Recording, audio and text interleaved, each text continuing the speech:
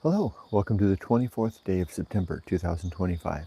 My name is Kurt, and this is my daily Good Life meditation, a live video exercise that I do every day at around 5:30 a.m. from somewhere here in Japan. Today I'm on my balcony, although as the sun is retreating every other day, eventually I'm going to have to find someplace else.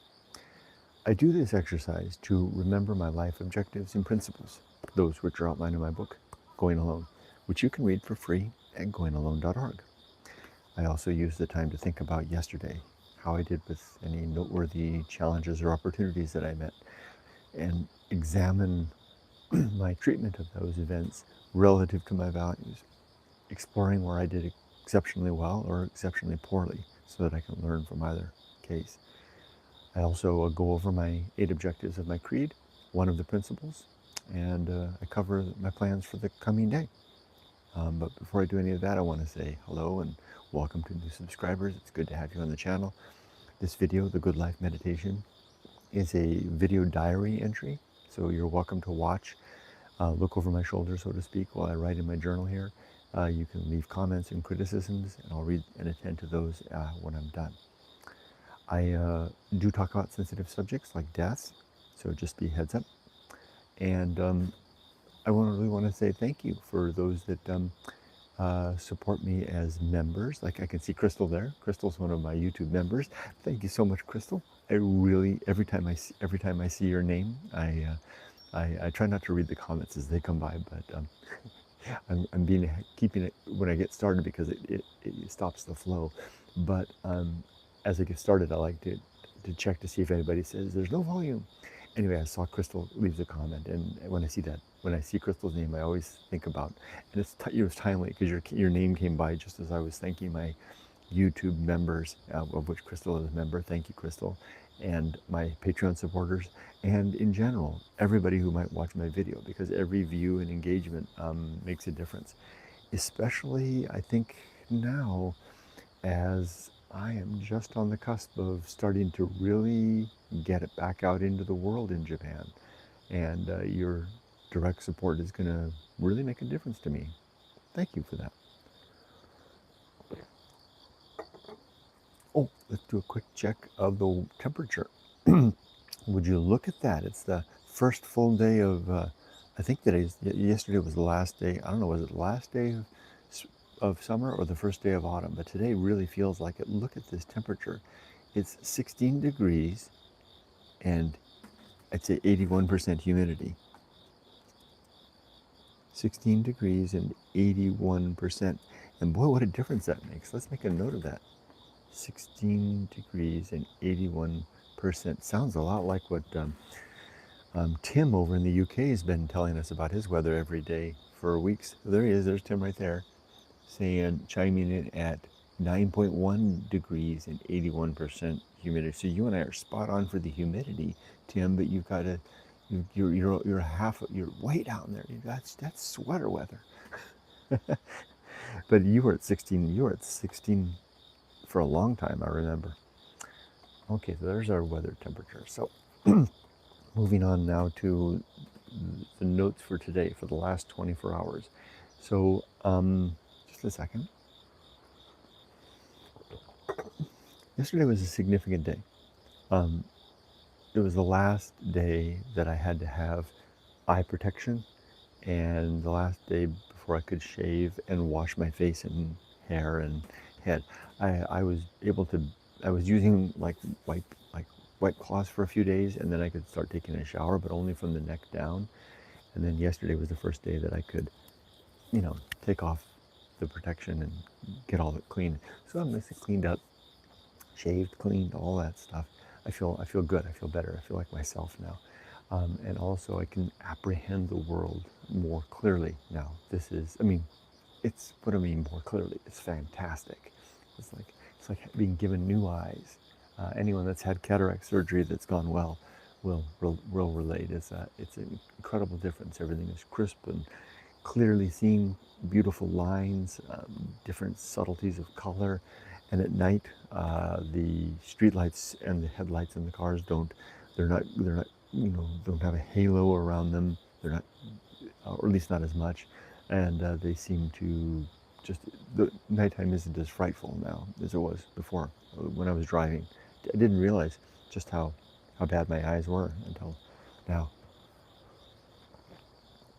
So today's a big day. Now, though, but I still need my glasses for the up-close work for reading. So now I do have one note from yesterday that is an incident that happened yesterday, so to speak, that's worth noting. So we have this new dog stroller that we bought. It's from Ibiyaya. It's their Hercules version. It's made for larger size dogs. We got the larger size one so that we could put both of our small dogs in it and they could be comfortable at the same time. We got the stroller largely for our black dog, Ollie, who is getting on in age. And he still likes to go out, but he doesn't like to go on extended walks. And Yumiko and I really enjoy long walks, and we like to take our dogs with us for as much of that as possible, get them out of the house and enjoy the community. So we got the Ibiyaya stroller to put Ollie in, and he jumps right in. He really loves it. We open the back thing, and he just hops right in. And we take him out. Now, it's big enough, we can put both dogs in fact, and they're comfortable in there. Although Rudy, my dog, he's not as much. Rudy's a very nervous, and in general, a very, very nervous little boy. He had an absolutely horrible, I won't go on and on, I've talked about it before, but he had an absolutely horrible life before we got him living on the streets of Los Angeles, living under a car, covered in oil, going from one kill shelter to another before we finally were able to, bring him into our home. As a result, he's kind of like, I think he's like a wounded warrior. He'll never get over whatever it was that happened. And so he's a very fragile little guy. And so he's always with me. And that's another reason we got the stroller, to allow that always with me to happen. You might have noticed that in some of the adventures, the few adventures that I've gone on in the 10 months since I've come back to Japan, I've taken Rudy with me on just about all of them. That's because I really don't want Rudy to be left alone. So we got the stroller so that we can take Ollie in particular on the longer walks, but we also got the stroller so that I can go out into the community, have adventures like I used to, and take Rudy with me. Now this stroller is special because it's heavy duty. It's made, you can actually take it off road with big wheels, strong, sturdily well built. It's also built as a trailer for a bicycle, so we could actually hook it up to a bicycle, and once we get bikes, and haul it around.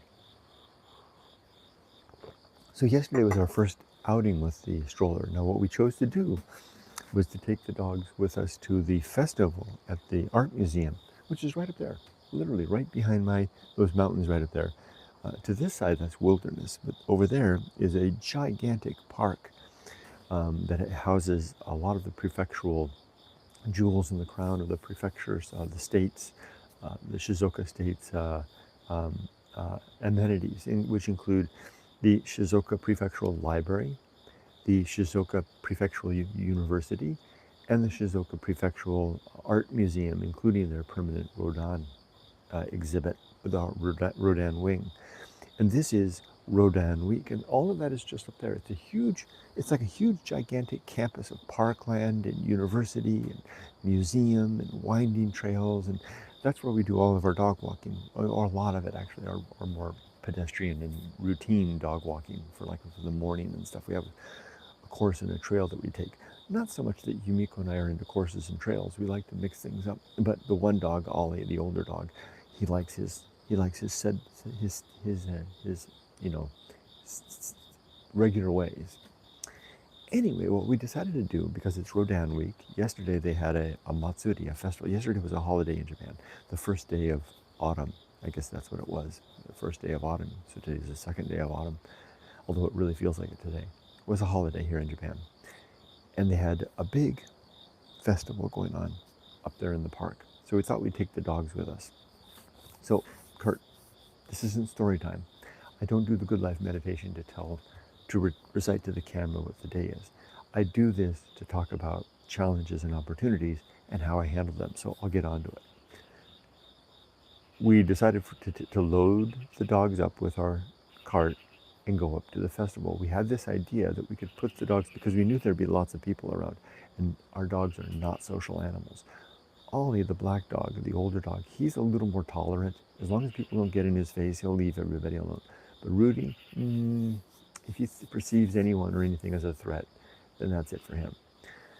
So we took the stroller up and we got to the edge of the event, which was happening along the parklands leading up to the library, the museum, kind of like the courtyard of the museum, which had all kinds of vendors laid out with food and drinks and musicians. It was quite an affair. We got up there, and immediately there was a problem. The problem was it was very crowded. Rudy, the white dog, is very anxious in a situation like that. So I used hashtag. I didn't even need fortitude. I wasn't getting upset anyway. I saw it happening. Reason got ahead, hashtag reason. And when you hear me using the hashtag and saying hashtag reason, hashtag fortitude, I'm talking about the principles and objectives in my book, in my creed. Hashtag reason got right ahead of the thing. I saw the crowds. I saw in the kind of the promenade going up to the museum. I saw all the crowds and I saw all the children and heard all the noise, and I immediately realized this isn't going to be good. This probably, my reasoning mind got ahead of the whole thing and said, this probably is not going to work out at all, but we'll give it a try. As soon as we got to the outer edge of where the flow of the river of people were moving up and the various vendors along the way, the jewelers and artists and all kinds of stuff, I stopped and I said, why don't you, Nico and Yoko, go have a look at some of the vendors. I'll hang behind with the dogs, because I knew this wouldn't be good. We couldn't possibly bring them into that sea of people. It would be a disaster. And that's what happened. Now, here's the thing that I didn't see coming. Now, being a foreigner in Japan, well, I should say, if you've been a foreigner, you look like me. You don't look Asian. You really stand out. Draws attention. And even though there's lots of foreigners in places like Tokyo and Osaka and Kyoto, and for the most part, the Japanese have probably had enough of us, that's not the case here in Shizuoka. In fact, until the very end of the festival yesterday, I didn't see a single non-Asian face. I'm sure there might have been a few other foreigners in there, but they kind of blend in. Now, being the only foreigner in the crowd, you stand out. Being the only foreigner with dog, you stand out even more. Being the only foreigner in the crowd with a dog, with a strange dog cart thing. Now, here's something I didn't see coming. Japanese people do have dog strollers, but every single one of them buys the same type. They go down to the local pet store down here, and you get the kind of dog stroller and it's always for small dogs. For small dogs, and the stroller looks identical to basically a baby cart. A stroller, right? We call them in Japan baby cars. Baby strollers are baby car. And so it's the kind of thing you see somebody come with, you're like looking at it like, wait a minute, does that person have a baby or do they have a dog? You can't really tell. Now ours, there's no mistaking that. It's not a baby car. It's not a stroller for kids. It's something else. Is it for dogs? I don't know. Is that foreigner holding a dog with? It's got that big thing. It's got the big wheels. Okay, now I just realized it just amped up the attention drawing capability. There's a third element. There's a fourth element. In an event like that, this is always the case. If you have kind of a more cultured event, you remember this is a museum, Rodin, the sculptor festival, right?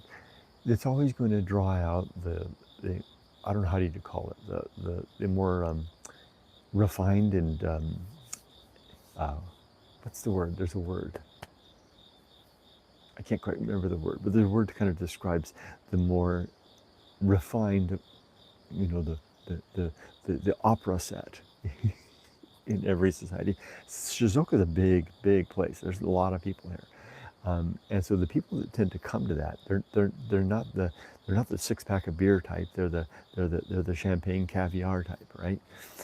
So what that usually means is these are people that are pretty well educated. I'm not saying that the six-pack of beer guy isn't a well-educated guy, but there's a difference, right? These people that come to this kind of thing have probably lived abroad. They probably speak English. So they see somebody like me, a foreigner with a dog and a strange cart, and they probably are the type of people that can speak English and they want to speak it.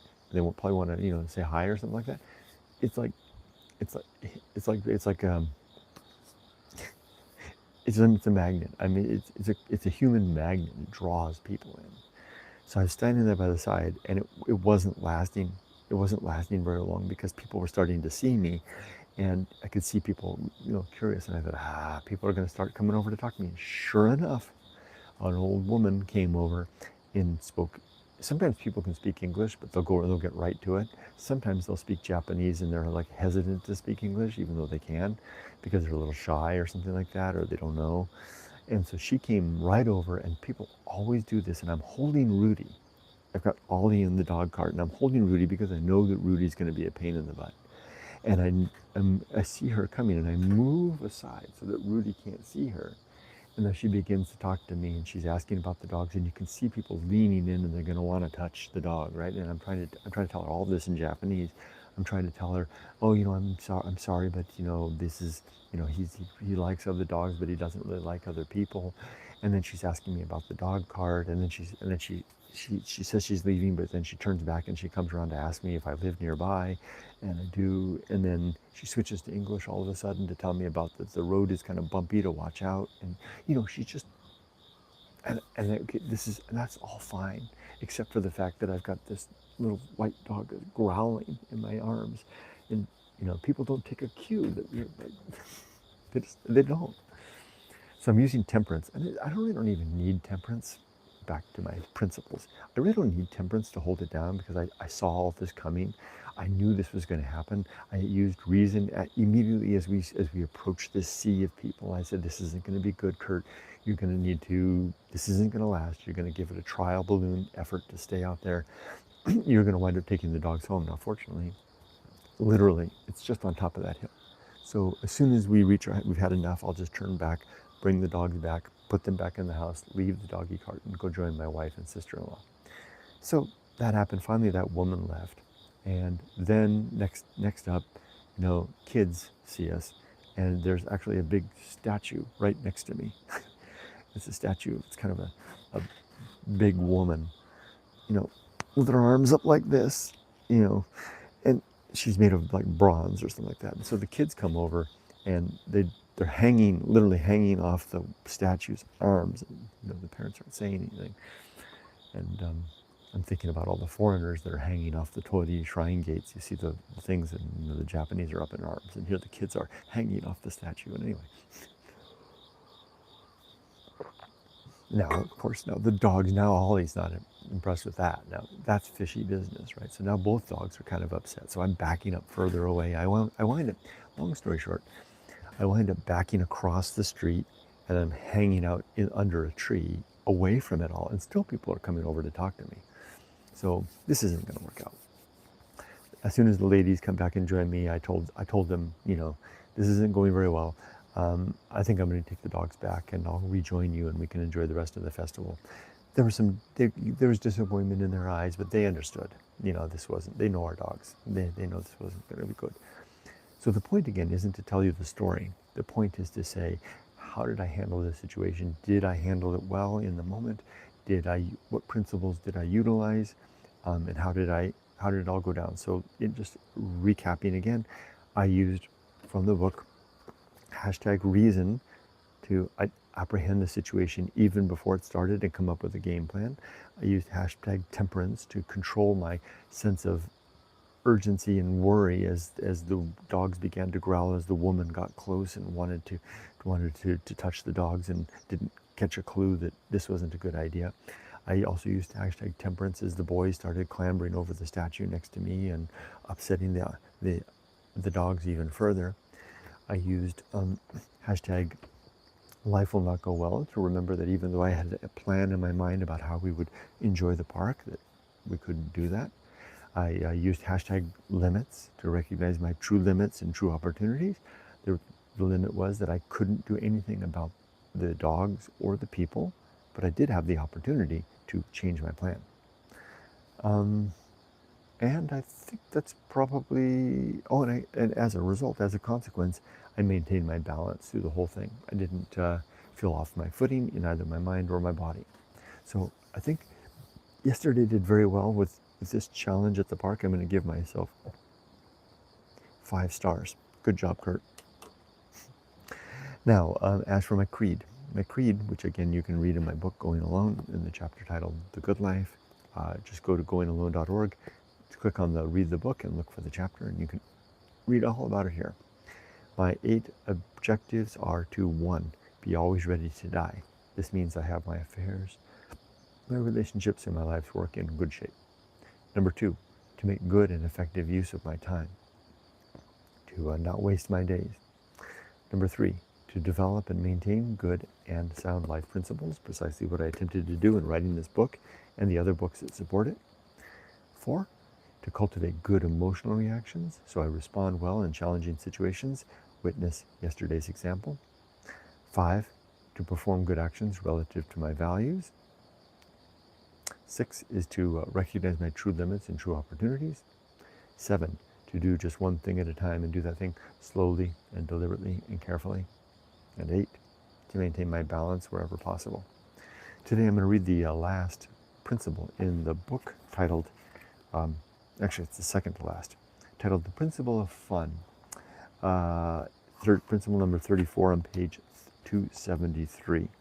I wrote this in, it's another late addition to the book, after I realized that all of my principles in my book and my objectives dealt with heavyweight stuff that I didn't really have. I was thinking about the Epicureans, and led by Epicurus, and how they're famous for the idea of Epicurean dining, which is funny because you think about an epicure as being someone who likes fine dining, when in fact the Epicurus would say that he could give him a pot of honey and a loaf of and a side, a heel of bread, and he'd have a banquet. So he was famous for not indulgent. It's funny how that word his name got applied to the exact opposite. Anyway, the Epicureans talk a lot about having fun, but really just enjoying life, being social, having people in the centerpiece of your life, etc. And I realized I needed to inject a little of Epicurean perspective into my own philosophy, and I added the principle of fun. The sub-principles are hope and retrospect. The quote here is from the Bible, from Ecclesiastes 8:15. Then I commended mirth, because a man hath no better thing under the sun. Epicurus would agree. The principle of fun. Along the way, we might become overly focused on the pursuit of living well, such that we neglect to enjoy the fact that we are alive. Be gay, be jolly, have fun. Find friendship and community, and family, and things to do which might make us smile and laugh, and sleep well and hard and with a smile on your face. Live such a life that the mortician must ask your heirs if they wish him to wipe the death mask grin from your face before the funeral service begins. Beep, beep. Bring to your death a good and happy life as a warm, fading spark of light and life glowing down into the seemingly infinite sea of darkness and gloom. All right, as for today, I have 2 things that are going on. I'm pretty regularly in my life now. I interact with viewers of my videos or readers of my book. And today's a rare day that I'm actually having 2 such interactions today. So 2 phone calls. I have a phone call at 10 o'clock and another phone call at 11 o'clock with people that I have somehow met by virtue of all of this. So that's on there. And then I'm making another note here that is in good accordance with the social principle. More and more, I'm starting to realize that the best use of my time is to further the message and ends prescribed in my book, Going Alone, relative to my ability to engage with the social principle in my own life. I'll also be going to the radio exercise in just a little bit to join the team. Reading through comments. I said hello to Crystal earlier. Hello again, Crystal, if you're still there. There's Ray. Hello, haven't seen you for a while. 23 degrees and 53% in Washington State from Ray. Ray, if in case you didn't catch it earlier, now it's 15 degrees and 80%. So the temperature's gone down. It's gone down a degree. Wow, it was 16 degrees earlier. Oh, but the humidity is the same. Good to see you, Ray. There's Julie. Hi, Julie. Good afternoon. It's 89 Fahrenheit and 41% here today.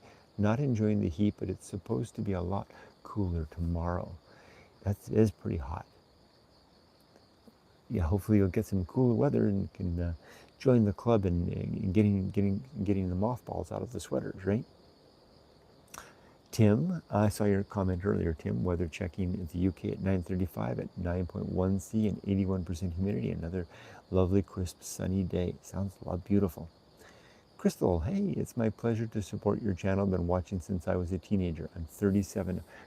Wow, that long? Wow, Crystal. I thank you for your very long support, and of course, thank you for your support. I appreciate that so much, and it's wonderful. Tim says, upside cooler weather for activities. Downside, house central heating is slowly being needed. First thing in the morning, lots of pounds. Yeah, I can just imagine. And here in Japan, it's different. We don't have central heating. We have individual room heating, which I think makes sense in some ways because you don't worry about heating the rooms that you're not in. Although it's a bit of a shocker when you go from one room to the next that's not heated. It's like, yeah, wow, I wish I had that central heat. Different way of doing things, huh? Of course, in here in Japan, they don't have at least not the old houses like this, don't have any insulation, which really, whew.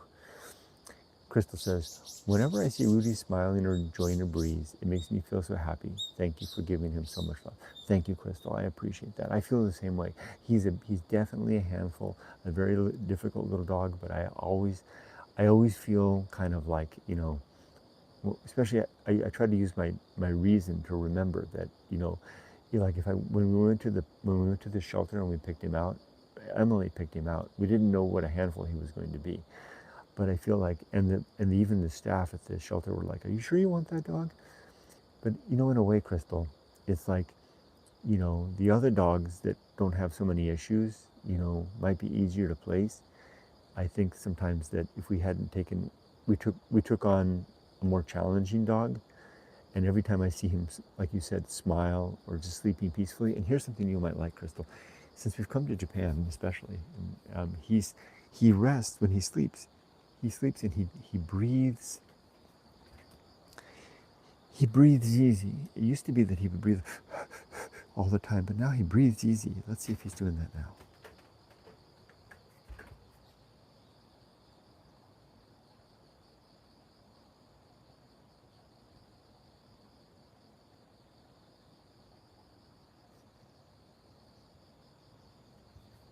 See, I noticed that even in America, he would maybe, I don't know why, but he would be all the time, but now he's breathing easy. So that kind of makes it all feel worthwhile.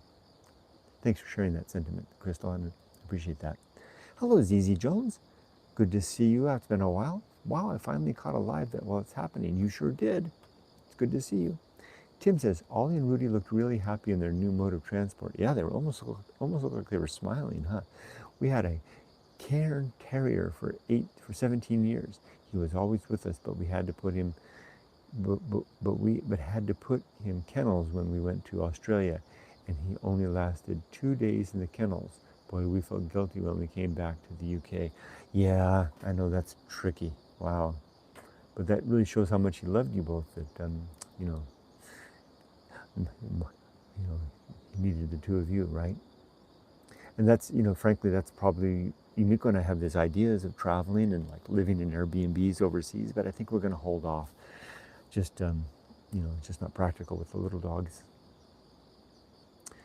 Evelyn says, hello, my friends. Hello, Evelyn. Good to see you. Tim says hi to Evelyn. Evelyn says hi to Tim. Evelyn says the lady couldn't read the room. But she couldn't read the room at all. And that happens all the time. I say, people are oblivious sometimes. And Evelyn, I know your expertise with dogs, right? I mean, they just don't read the dogs, right? Dogs are telling them, get back.